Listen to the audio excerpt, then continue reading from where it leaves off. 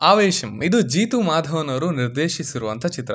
ಥಿಯೇಟರ್ನಲ್ಲಿ heavy ಸದ್ದನ್ನು ಮಾಡಿ OTTನಲ್ಲಿ ತುಂಬ ಹಿಂದೆನೇ ಬಂದಿತ್ತು. ನಾವು ಅದ್ರ ಹತ್ರ ಆ್ಯಸ್ ಯೂಶುವಲ್ ಈಗ ಹೋದ್ವಿ ಅಷ್ಟೇ. ಇಲ್ಲಿ 3 ಜನ ಸ್ಟೂಡೆಂಟ್ಸ್ ಇದ್ದಾರೆ ಆ್ಯಂಡ್ ಅವರು ಬೆಂಗಳೂರಿಗೆ ಬಂದಿದ್ದಾರೆ ಓದೋದಕ್ಕೆ. ಬಟ್ ಅಲ್ಲಿ ಅವರಿಗೆ ರ್ಯಾಗಿಂಗ್ ನಡೆಯುತ್ತೆ. ಅದಕ್ಕೆ ಸ್ವಲ್ಪ ರೆಸಿಸ್ಟ್ ಮಾಡಿದ್ದಕ್ಕೆ ಆ ರ್ಯಾಗಿಂಗ್ ಅನ್ನೋದು ಮತ್ತೆ ಮುಂದೆ ಹೋಗುತ್ತೆ ಆ್ಯಂಡ್ ಆ ಟೈಮಲ್ಲಿ ಅವರಿಗೆ ಏನು ಮಾಡ್ಕೊಳ್ಳೋದಕ್ಕೆ ಆಗೋದಿಲ್ಲ. ಸೊ ಇಂಥ ಸ್ಥಿತಿಯಲ್ಲಿ ಇರುವಂಥ ಈ 3 ಜನ ಫ್ರೆಂಡ್ಸ್ ಏನು ಡಿಸಿಷನ್ಗಳನ್ನು ತಗೊಂಡ್ರು ಆ್ಯಂಡ್ ಅವುಗಳಿಂದ ಏನೇನೆಲ್ಲ ಆಯಿತು ಅನ್ನೋದೇ ಈ ಇಡೀ ಸಿನಿಮಾ. ಇಲ್ಲಿನ ಪಾಸಿಟಿವ್ಸ್ ಬಗ್ಗೆ ಮಾತನಾಡೋದಾದರೆ ಅದು ಈ ಚಿತ್ರದಲ್ಲಿನ ವೈಬ್ ಅಂತಾನೆ ಹೇಳ್ಬೋದು. ಈಗ ಹೊರಗಡೆ ನೀವೆಲ್ಲೋ ನಿಮ್ಗಿಷ್ಟದ ಪಾರ್ಟಿಗೋ ಅಥವಾ ಒಂದು ಕಾನ್ಸರ್ಟ್ಗೆ ಹೋಗಿ ಬಂದರೆ ಹೇಗೆ ನಿಮಗೆ ಫೀಲ್ ಇರುತ್ತೆ ಆ ಥರದ ಒಂದು ಫೀಲಿಂಗ್ನ ಸಿನಿಮಾ ಕೊಡುತ್ತೆ. ಕಂಪ್ಲೀಟ್ ಕ್ಯಾವೋಸ್ ಅದಾಗಿರೋದು 1 ಕ್ಯಾರೆಕ್ಟರ್ ರೈಟಿಂಗಿಂದ, 2 ಆ ಕ್ಯಾರೆಕ್ಟರ್ಗಳನ್ನು ಪರ್ಫಾರ್ಮ್ ಮಾಡಿರೋ ರೀತಿಯಿಂದ, 3 ಸೀಕ್ವೆನ್ಸ್ಗಳನ್ನು ಟ್ರೀಟ್ ಮಾಡಿರೋ ರೀತಿಯಿಂದ ಆ್ಯಂಡ್ 4 ಇಲ್ಲಿನ ಮ್ಯೂಸಿಕ್ಕಿಂದ. ಸುಶೀನ್ ಶ್ಯಾಮ್ ತಿಂದು ಬಿಸಾಕಿದ್ದಾರೆ. ರೀಸೆಂಟ್ ಇಯರ್ಸಲ್ಲಿ ಮಲಯಾಳಂ ಸಿನಿಮಾಗಳು ಮಾಸ್ ಪ್ರೇಕ್ಷಕರನ್ನ ತಲುಪ್ತಾ ಇರೋದು, ಸ್ಟೇಟ್ಗಳ ತುಂಬ ಟ್ರಾವೆಲ್ ಆಗ್ತಾ ಇರೋದು ಅವರ ಸಿನಿಮಾಗಳಲ್ಲಿರುವಂಥ ಹಾಡುಗಳಿಂದಾನೆ. ಅದರಲ್ಲಿ ಸುಶೀನ್ ಶ್ಯಾಮ್ ಒಂದು ಮೇಜರ್ ಕಾಂಟ್ರಿಬ್ಯೂಷನ್ನ ಇಟ್ಕೊಂಡಿದ್ದಾರೆ ಆ್ಯಂಡ್ ಇಲ್ಲಿನೂ ಅದೇ ಆಗಿರೋದು. ಪ್ರತಿಯೊಂದು ಹಾಡು, ಪ್ರತಿಯೊಂದು ಥೀಮ್ ಎದ್ದು ಕುಣಿಯೋಣ ಅನ್ನೋ ಥರದ ಒಂದು ಭಾವನೆಯನ್ನು ಹುಟ್ಟಿಸುತ್ತೆ. ಅದೇ ಹೇಳಿದ್ನಲ್ಲ, ಒಂದು ಕಾನ್ಸರ್ಟ್ ಫೀಲಿಂಗ್. ಫಾರ್ ಎಕ್ಸಾಂಪಲ್ ಗಲಾಟ, ಅದು ಪ್ಲೇಸ್ ಆಗಿರೋದು, ಅದು ಸ್ಟಾರ್ಟ್ ಆಗೋ ರೀತಿ ಸ್ವಲ್ಪ ಆಡ್ ಅನ್ಸುತ್ತೆ. ಬಟ್ ಒಂದ್ಸಲಿ ಸ್ಟಾರ್ಟ್ ಆದಾಗ ಅದು ನಿಮ್ಮನ್ನು ಆರಾಮಾಗಿ ಕುಣಿಸುತ್ತೆ. ಅಫ್ಕೋರ್ಸ್ ಈ ಕಡೆ ಇಲ್ಯುಮಿನಾಟಿ ಇದೆ ಆ್ಯಂಡ್ ಥೀಮಲ್ಲಿ ದ ಸ್ಟೋನ್ ಕೋಲ್ಡ್ ಕಿಲ್ಲರ್, ಅದರ ಹೆಸರು ದ ಲಾಸ್ಟ್ ಡ್ಯಾನ್ಸ್ ಅಂತ. ಸೊ ಪ್ರತಿಯೊಂದು ಭಾಗಕ್ಕೂ ಅವ್ರದ್ದೇ ರೀತಿಯಿಂದ ಪುಷ್ನ ಕೊಟ್ಟಿದ್ದಾರೆ ತಮ್ಮ ಮ್ಯೂಸಿಕ್ನಿಂದ ಸುಶೀನ್ ಶ್ಯಾಮ್ ಅವರು. ಆ್ಯಕ್ಚುಲಿ ಇದು ಹೋಮ್ ಥಿಯೇಟರ್ನಲ್ಲೇ ನೋಡಿದಾಗ ಒಂದು ರೀತಿಯ ಫೀಲ್ ಇದೆ. ಇನ್ನು ಥಿಯೇಟರ್ನಲ್ಲಿ ಡೆಫಿನೆಟ್ಲಿ ಸಿನಿಮಾಗೆ ಅದರ ಮ್ಯೂಸಿಕ್ ಎಷ್ಟು ಪ್ಲಸ್ ಅನ್ನೋದು ಅದನ್ನು ನೋಡಿ ಎಕ್ಸ್ಪೀರಿಯನ್ಸ್ ಮಾಡಿದವರಿಗೇನೆ ಗೊತ್ತಿರುತ್ತೆ. ಟೋಟಲ್ ಒಂದು ವೈಬ್ ಆ್ಯಂಡ್ ಈ ಸಿನಿಮಾಗೆ, ಈ ಕ್ಯಾರೆಕ್ಟರ್ಗೆ ಅದನ್ನು ಟ್ರೀಟ್ ಮಾಡಿರೋ ರೀತಿಗೆ ಆ ವೈಬ್ ಬೇಕೇ ಬೇಕಿತ್ತು. ಇನ್ನು ಕ್ಯಾರೆಕ್ಟರ್ಸ್ ಕಡೆ ಬರೋದಾದರೆ ದೇ ಆರ್ ರಿಟನ್ ವೆಲ್ ಅನ್ನೋದಕ್ಕಿಂತ ದೇ ಆರ್ ಯೂನಿಕ್ ಅಂತ ಹೇಳ್ಬೋದು. Ranga, Nanjappa, Aju, Bibi, Shantan and my favourite Amban. ಇವೆಲ್ಲವೂ ಯೂನಿಕ್ ಆಗಿದ್ದಾವೆ. ರೀಇಂಟ್ರೊಡ್ಯೂಸಿಂಗ್ ಫಹಾದ್ ಫಾಜಿಲ್ ಅನ್ನೋದು ಅದೊಂದು ದೊಡ್ಡ ಕಲ್ಲು ಎತ್ತಕೊಂಡ ಹಾಗೆ ತಲೆ ಮೇಲೆ. ಬಿಕಾಸ್ ಅವರ ಫಿಲ್ಮೋಗ್ರಫಿಯಲ್ಲಿ ಇಲ್ಲದೆ ಇರೋದು ಇನ್ನೇನು ಮಾಡ್ತೀರಾ, ಯಾವ ಥರದ ರೋಲ್, ಅದು ವರ್ಕ್ ಆಗುತ್ತಾ, ವರ್ಕ್ ಆಗಲಿಲ್ಲ ಅಂದರೆ ಹೇಗೆ.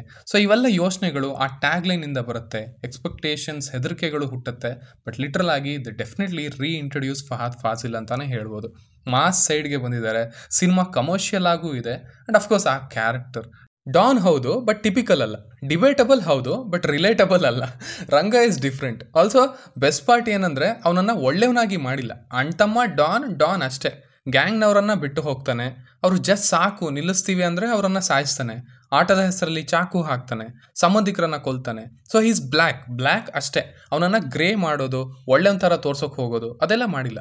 ಅಫ್ಕೋರ್ಸ್ ಎಮೋಷ್ನಲಿ ಅವನಿಗೊಂದು ಕೊನೆಗೆ ಪುಷ್ ಕೊಡ್ತಾರೆ, ಬಟ್ ಅದು ಸಿನಿಮಾ ಒಳಗೇನೆ ಬರುತ್ತೆ. ಸೊ ಈ ರೂಟ್ನ ಆ್ಯಂಡ್ ಇದನ್ನು ಒಪ್ಕೊಂಡಿರೋ ಫಹಾದ್ ಅವರಿಗೂ ಮೆಚ್ಚಲೇಬೇಕು.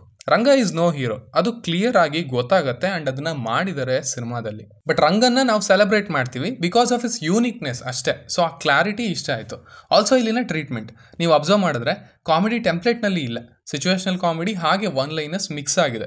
ಫಾರ್ ಎಕ್ಸಾಂಪಲ್, ಬಾರಲ್ಲಿ ಕೂತಿ ಹೇಳ್ತಾ ಇರ್ತಾನೆ, ಇವರನ್ನು ನೋಡಿದ್ರೆ ನನಗೆ ನನ್ನ ಕಾಲೇಜ್ ಲೈಫ್ ನೆನಪಾಗತ್ತೆ ಅಂತ. ಬಟ್ ನೀವು ಕಾಲೇಜ್ಗೆ ಹೋಗಿಲ್ವಲ್ಲ ಅಂದರೆ ಹೌದಲ್ವಾ, ಮತ್ತು ಇನ್ಮೇಲೆ ಇವರು ಹೋಗಲ್ಲ ತಗೋ ಅಂತಾನೆ. ಸೊ ಈ ಥರ ಅಲ್ಲೇ ಕ್ರಿಯೇಟ್ ಆಗಿ ಅಲ್ಲೇ ಕ್ಲೋಸ್ ಆಗೋವಂಥ ಕಾಮಿಡಿ, ಅದನ್ನು ಚೆನ್ನಾಗಿ ಬರೆದಿದ್ದಾರೆ. I am the ray of my family ನಾನು ನೋಡಿಲ್ಲ, ಬಟ್ ನೋಡಿದವರು ಇದೇ ಇಂಪ್ಯಾಕ್ಟ್ನಲ್ಲಿ ಹೇಳ್ತಾ ಇದ್ರು. ಡೆಫಿನೆಟ್ಲಿ ಯಾವನಿಗೆ ಗೊತ್ತು, ನಗಬೇಕು, ನಗ್ತಾ ಇದ್ದೀನಿ ಅಷ್ಟೇ. ಈ ರೀತಿ there are lot of good writing and also timing. ಆ ಸೆನ್ಸ್ ಇದೆ ಡೈರೆಕ್ಟರ್ಗೆ ಅನ್ನೋದು ಗೊತ್ತಾಗುತ್ತೆ. ಈವನ್ ಹಿಂದಿ ಬೇಡ ಅನ್ನೋದನ್ನು ಕೂಡ ಚೆನ್ನಾಗಿ ಯೂಸ್ ಮಾಡ್ಕೊಂಡಿದ್ದಾರೆ. ಇನ್ನು performances, Ranga and Amban, I think ಆ ಪೇರ್ ಎಷ್ಟು ಚೆನ್ನಾಗಿ ವರ್ಕ್ ಆಗಿದೆ. ಅವರಿಬ್ಬರು ಆ ಪಾತ್ರಗಳಾಗೇ ಇದ್ದರು. ರೀಇಂಟ್ರೊಡ್ಯೂಸಿಂಗ್ ಫಹಾದ್ ಅನ್ನೋದು ಬರೀ ಡೈರೆಕ್ಟರ್ಗಷ್ಟೇ ಚಾಲೆಂಜ್ ಅಲ್ಲ, ಈವನ್ ಫಹಾದ್ಗೂ ಅದು ಚಾಲೆಂಜ್ ಆಗುತ್ತೆ. And as always Fafa has done a great job. Actually intention comedy ಅಲ್ಲ, ಬಟ್ ಅವನ ಮ್ಯಾನ್ರಿಸಮ್ಸ್, ಅವನ ರಿಯಾಕ್ಷನ್ಸ್ ಅವನಿಗೆ ಸೀರಿಯಸ್ ಆಗಿರಬೇಕು, ಬಟ್ ನಮಗೆ ಅದು ಕಾಮಿಡಿ ಆಗಬೇಕು. ಅವನು ಹೆಚ್ಚಿಗೆ ಇನ್ವಾಲ್ವ್ ಆದಷ್ಟು ನಮಗೆ ಹೆಚ್ಚು ಎಂಟರ್ಟೈನ್ಮೆಂಟ್. ಸೊ ಆ ಥರದ ಒಂದು ಬ್ಯಾಲೆನ್ಸ್. ಆ್ಯಂಡ್ ಅಲ್ಲಿ ಅದು ಸೀರಿಯಸ್ಸು ಆಗಬೇಕು, ಅಷ್ಟೇ ಕೊನೆಗೆ ಎಮೋಷ್ನಲ್ ಸೈಡ್ಗೂ ಬರಬೇಕು ಆ್ಯಂಡ್ ಅದು ಕನೆಕ್ಟೂ ಆಗಬೇಕು. ಸೊ ಒಳ್ಳೆ ಗ್ರಾಫ್ ಇತ್ತು ಕ್ಯಾರೆಕ್ಟರ್ಗೆ. ಅದನ್ನು ತುಂಬ ಈಸಿಯಾಗಿ ಮಾಡಿಕೊಟ್ಟಿದ್ದಾರೆ ಫಾಫಾ. ಆ್ಯಂಡ್ ಅಫ್ಕೋರ್ಸ್ ಅಂಬನ್ ಅವರು ಅದನ್ನು ಮಾಡಿರೋರು, ಅವರು ಕೂಡ ಅಷ್ಟೇ. He was literally Ranga's friend. ಬೇರೆ ಎಕ್ಸಿಸ್ಟೆನ್ಸೇ ಇಲ್ಲ ಅನ್ನೋ ರೀತಿ ಅದನ್ನು ಮಾಡಿದ್ದಾರೆ. Too good.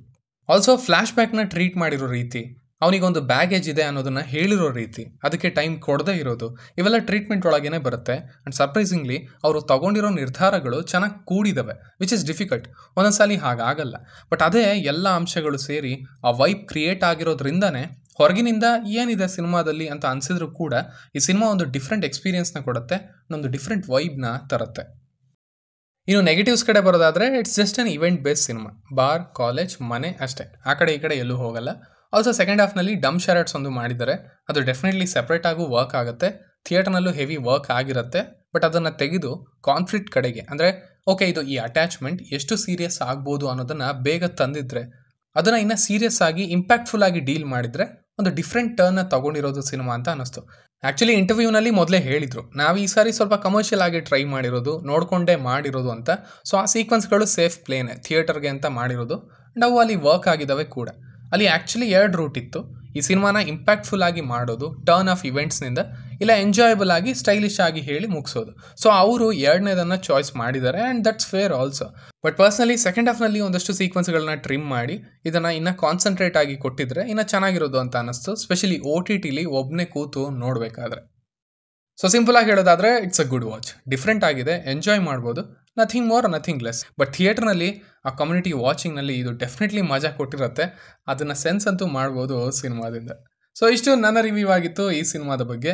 ಇನ್ನು ನೀವು ಆಲ್ರೆಡಿ ಈ ಸಿನಿಮಾವನ್ನು ನೋಡಿದರೆ ನಿಮಗೆ ಇದು ಹೇಗೆ ಅನಿಸ್ತು ಅನ್ನೋದನ್ನು ಖಂಡಿತ ಕೆಳಗಡೆ ತಿಳಿಸಿ. ಆ್ಯಸ್ ಯೂಶುವಲ್ ಸಿಗ್ತಾರೆ.